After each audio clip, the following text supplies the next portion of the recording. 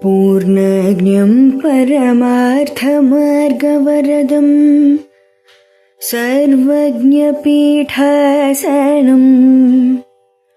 संसारार्णवरारकं यतिवरं तत्त्वार्थसिद्धिप्रदं पारिव्राज्यशिरोमणिं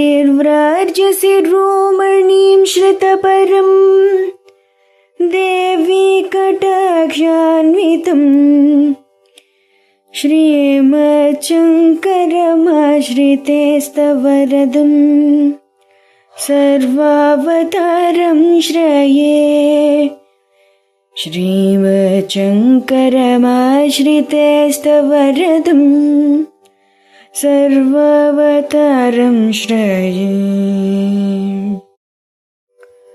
श्रुतिस्मृतिपुराणानाम् आलयं करुणालयं श्रुतिस्मृतिपुराणानाम् आलयं करुणालयं नमामि भगवत्पादशङ्करम् नमामि भगवत्पादशङ्करं लोकशङ्करं లోకశంకరం. పూజ్య గురువులైన శంకర భగవత్పాదుల వారికి నమస్కారాలు తెలుపుకుంటూ మనం ఈరోజు 11, 12 శ్లోకాల్ని చెప్పుకుందాం. ముందుగా 11వ శ్లోకం విందాం, ఆ తర్వాత దాని ప్రతిపదార్థ తాత్పర్యాల్ని తెలుసుకుందాం. చిత్తస్య శుద్ధయే కర్మణ తు వస్తూపలబ్ధయే వస్తుసిద్ధిర్విచారేణ న కించిత్ కర్మ కోటిభిః. కర్మ మనం చేసే పని. చిత్తస్య చిత్తము యొక్క, శుద్ధయే శుద్ధి కొరకు మాత్రమే ఉపయోగిస్తుంది. తు కాని, వస్తూపలబ్ధయే వస్తుజ్ఞానం కొరకు, నా ఉపయోగించదు. వస్తుజ్ఞానము తత్వదృష్టి విచారణ చేయడం చేతనే కలుగుతుంది. కర్మకోటిభిః కోటి కర్మలు చేసినను కించిత్న ఏమీ ప్రయోజనం లేదు అంటున్నారు ఇక్కడ శంకరుల వారు. తాత్పర్యం ఏమిటొస్తుందంటే, మనం చేసే కర్మల వల్ల చిత్తశుద్ధి జరుగుతుంది అంతే తప్ప వస్తు ఉపలబ్ధికి అంటే తత్వదృష్టి, వస్తు ఉపలబ్ధి అంటే తత్వదృష్టికి కర్మలు ఉపకరించవు అంటూ చెప్తున్నారు. ఆత్మ ఉపలబ్ధి అనేది విచారం వల్లే లభించాలి తప్ప కోట్లాది కర్మలను ఆచరించినా కూడాను ప్రయోజనము ఏమీ ఉండదు ఇది దీని భావార్థం. అనేక మంది విశ్లేషకులు దీన్ని వివరించడం జరిగింది. అందులో ఒక మంచి విశ్లేషణ ఇప్పుడు ఇక్కడ చెప్పుకుందాం. పూజలు, వ్రతాలు, నోములు ఇవన్నీ కూడాను అంతఃకరణాన్ని శుద్ధి చేస్తాయి గాని కోట్ల కొలది పుణ్యకర్మల ఫలం ఎంత ఉన్నా బ్రహ్మ సాక్షాత్కారం కలగదు అంటున్నారు. కర్మ వల్ల బంధాలు కలుగుతాయి కానీ బంధ విముక్తి కలగదు అంటున్నారు. అందువల్లనే అవధూతలుగా చెప్పుకునే జ్ఞానులందరూ కూడాను కర్మబంధాలను శాశ్వతంగా వదిలేస్తారు. ఈ స్థాయికి ముక్కు మూసుకుని కూర్చుంటే చాలదు, అవిశ్రాంతమైన సాధన కూడా అవసరము అని చెప్తున్నారు ఇక్కడ. సాధారణంగా మనలో చాలామంది, మనం కుటుంబంలోని వ్యక్తులు ఎవరైనా ఆధ్యాత్మిక విషయాల పట్ల ఎక్కువ మక్కువ చూపిస్తున్నారు అంటే వారు ఎక్కడ సన్యాసుల్లో కలిసిపోతారో అంటూ భయపడిపోతూ ఉంటారన్నమాట. నిజానికి వేదాంత అధ్యయనం వల్ల ముందుగా మనకు కొంత జ్ఞానం లభిస్తుంది. జ్ఞానార్జన పెరిగే కొద్దీ మనలో ఉన్న అహం అంటే నేను అనే భావం నశిస్తుంది. ఎప్పుడైతే నేను అనే భావం నశించిపోయిందో అప్పుడు వారు సన్యాసులు అవడం మాట ఎలా ఉన్నా సన్నాసులైతే కారు అంటున్నారు ఈ విశ్లేషకులు. అది నిజం. ఒక రాజుగారు తన కొలువులో ఒక చక్కని సమావేశాన్ని ఏర్పాటు చేశారట. దానికి ఎందరో కవులు, పండితులు, హేమాహేమీలందరూ వచ్చారు.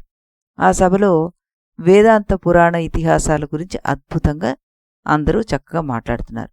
అవన్నీ శ్రద్ధగా విన్న రాజుగారు ఒక సందేహాన్ని వెలిబుచ్చారన్నమాట. ఏంటది? అయ్యా, మీరందరూ మాట్లాడుతున్న విషయాల వల్ల మీరందరూ గొప్ప జ్ఞానులని నాకు అనిపించింది. మీరందరూ గొప్ప విషయ సంపన్నులని కూడా తెలుసుకున్నాను. అయితే నాదో సందేహం. మీలో ఎంతమంది మోక్షాన్ని చేరుకోగలరో నాకు కొంచెం చెప్పండి అన్నారు. పండితులు ఎవ్వరూ కూడా ఆ ప్రశ్నకు సమాధానం ఇవ్వడానికి ముందుకు రాలేట. సభ అంతా కూడా నిశ్శబ్దం అయిపోయిందిట. అంతటి నిశ్శబ్దాన్ని దూరం చేస్తూ సభలో ఒక అతి సామాన్యమైన వ్యక్తి, మహారాజా, నేను పోతే పోవచ్చు అన్నాడు. సభలోని వారందరూ గుసగుసలాడుకున్నారట. మహారాజా ఆ వ్యక్తిని దగ్గరికి పిలిచి, అయ్యా, మీరు ఏ ధైర్యంతోటి నేను పోతే పోవచ్చు అని అన్నారు? మీరు ఆ మాటలు అన్నందువల్ల వీరందరూ కూడా అగౌరవపడినట్లే అవుతోంది కదా అన్నారు రాజుగారు. అప్పుడు పండితుడు లేచి చేతులు జోడించి సవినయంగా నమస్కరిస్తూ, అయ్యా, నేను మాట్లాడిన మాటలో భావం మీకు సవినయంగా వివరిస్తాను అంటూ, మహారాజా, నేను పోతే అంటే నాలో ఉన్న అహంకారం పోతే అనే అర్థం.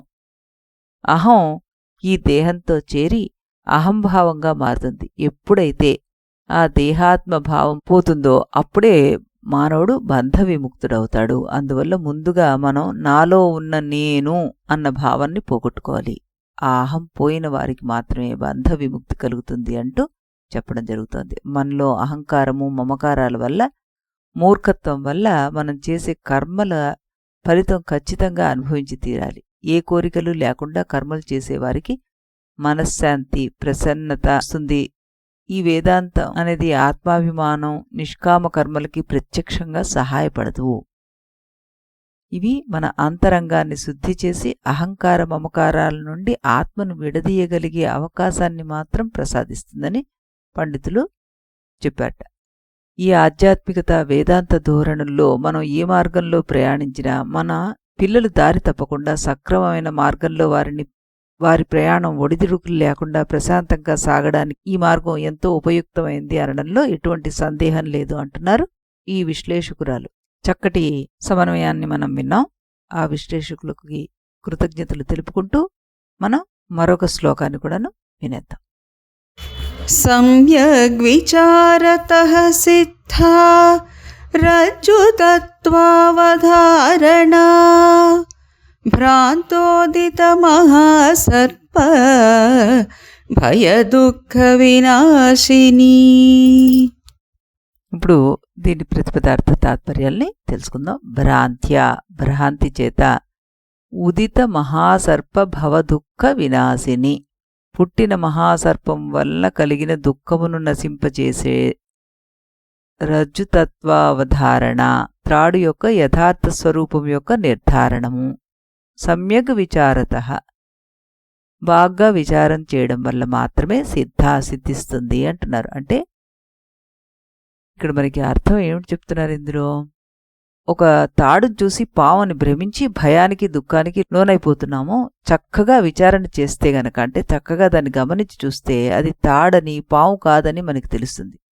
దాంతో మనకి అది పావు అనే భ్రాంతి వల్ల కలిగిన ఈ భయాలు, దుఃఖాలు ఏవైతే ఉన్నాయో అవన్నీ కూడాను తొలగిపోతాయి. కాబట్టి ఏ విషయాన్నైనా సరే చక్కగా విచారించి చూస్తే దాని మీద ఉండే భయం గాని, దుఃఖం గాని, హెజిటేషన్ గాని ఇలాంటివన్నీ కూడాను పోతాయి అంటూ ఇందులో భావం వస్తుందన్నమాట.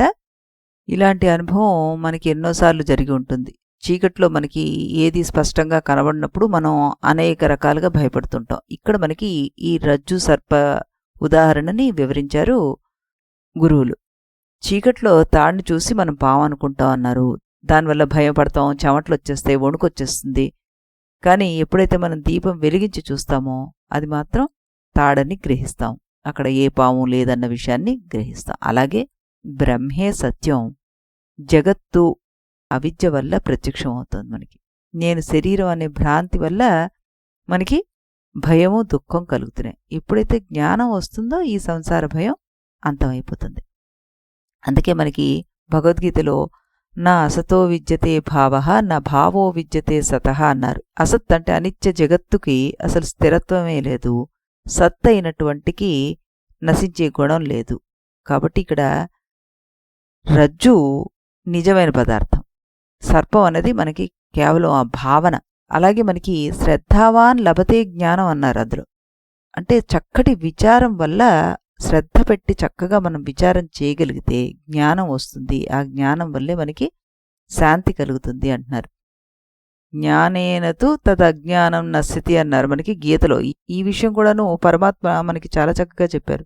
అజ్ఞానం వల్లే మనకి అది పావుగా కనబడింది. ఎప్పుడైతే జ్ఞానం వచ్చిందో అది వీగిపోయిందనమాట. హిరణ్యకశిపుడు విష్ణువు లేడని అజ్ఞానంలో బతుకుతాడు. ప్రహ్లాదుడు యథార్థ దర్శనం కలవాడు కాబట్టి ప్రపంచం దైవం నుండి వేరు అని అనిపించదనమాట. ఇది సర్పభ్రాంతి కాదు ఆయనకి. అలాగే మనకి రామాయణంలో తీసుకుంటే వశిష్ఠులు వారు రాముడికి ఇదే ఉదాహరణని చూపిస్తూ మాయా జగత్తు యొక్క మాయాస్వరూపాన్ని బోధించడం కూడాను జరుగుతుంది అక్కడ. మనకేమో జగత్తు అనుభవంలోకి ఉంది కానీ నిజమైన సత్యం ఏమిటి అన్నది మనకి ఇంకా అవగతం అవ్వలేదు. బ్రహ్మజ్ఞానం వచ్చినప్పుడు సంసార భయం అంతమైపోతుంది. అంటే మనకి పాము ఎప్పుడూ అక్కడ లేదు, కానీ ఉందనే భ్రమతోటి ఆ భయాన్ని మనం అనుభవిస్తున్నాం అన్నమాట. భయం బయట ప్రపంచం వల్ల కాదు, అజ్ఞానం వల్ల. విచారణ వల్లే విముక్తి. జ్ఞానం వచ్చినప్పుడు సంసారం నశించదు, భ్రాంతి మాత్రం నశించిపోతుంది.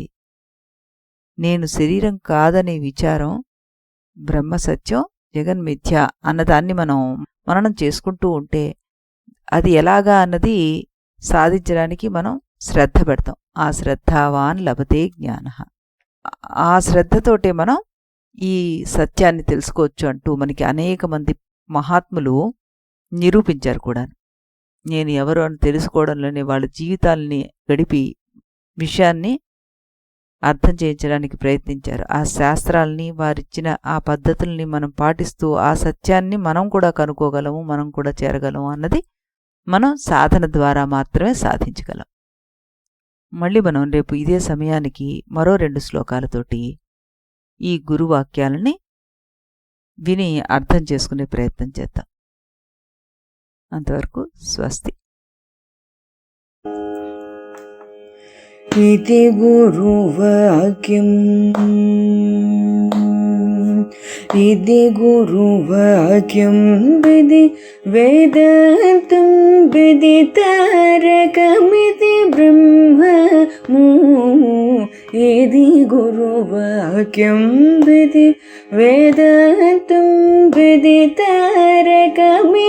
ब्रह्ममु इति मोदलिदि नडुमिदि तुदि తెలిసిన వాడేవాడుగా ఇది మొదలిది నడుమిది తుది తెలిసిన వాడేవాడుగా ఇది గురువాక్యం విధి వేదాంతం విదితారకమితి బ్రహ్మము ఇది గురువాక్యం.